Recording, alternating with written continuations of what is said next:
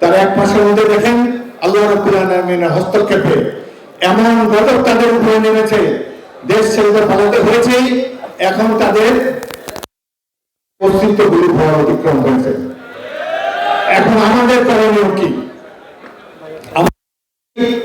একটি নির্বাচিত সরকার দেখতে চাই।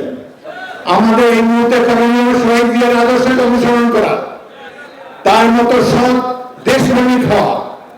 আমাদের এই দলের উপরে কোন ধরনের কলঙ্ক যাতে না আসে, প্রত্যেকটি কর্মীকে নেতাকে সেই জন্য সজাগ থাকতে হবে। আমি আমাদের অ্যাক্টিভ চেয়ারপারসনকে বলতে চাই, যত বড় নেতাই দুর্নীতির অভিযোগ করে তাকে সাথে সাথে বহিষ্কার করে দেবেন।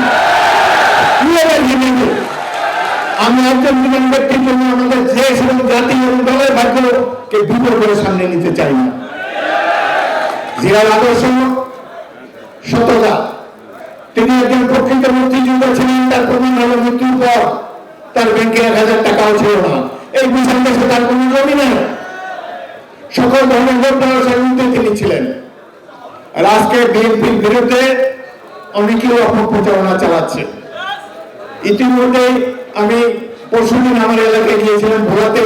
ওখানে গিয়ে দেখি আমার জিপের সামনে যার মোটরসাইকেল চালায় 500 মোটরসাইকেল, এবং আমি চিনি না। 40 বছর রাজনীতি করে আমার সঙ্গীকে জিজ্ঞেস ভাই এরা কারা, এদের তো কখন দেখি নাই।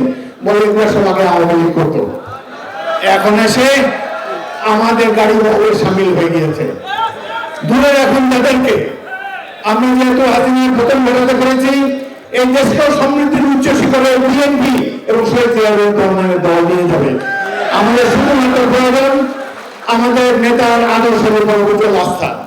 সীমান্তে গণ্ডগোল শুরু হয়ে গিয়েছে, ওখান থেকে সীমান্তরক্ষী বাহিনীর সহায়তা নিয়ে ভারতীয় নাগরিকরা আমার দেশে গাছ কেটে নিয়ে যায়, ফসল কেটে নিয়ে যায়। মনে হচ্ছে মুক্তিযুদ্ধ শেষ হয়নি। একটি দীর্ঘস্থায়ী সংগ্রামের প্রস্তুতি আপনারা নেবেন।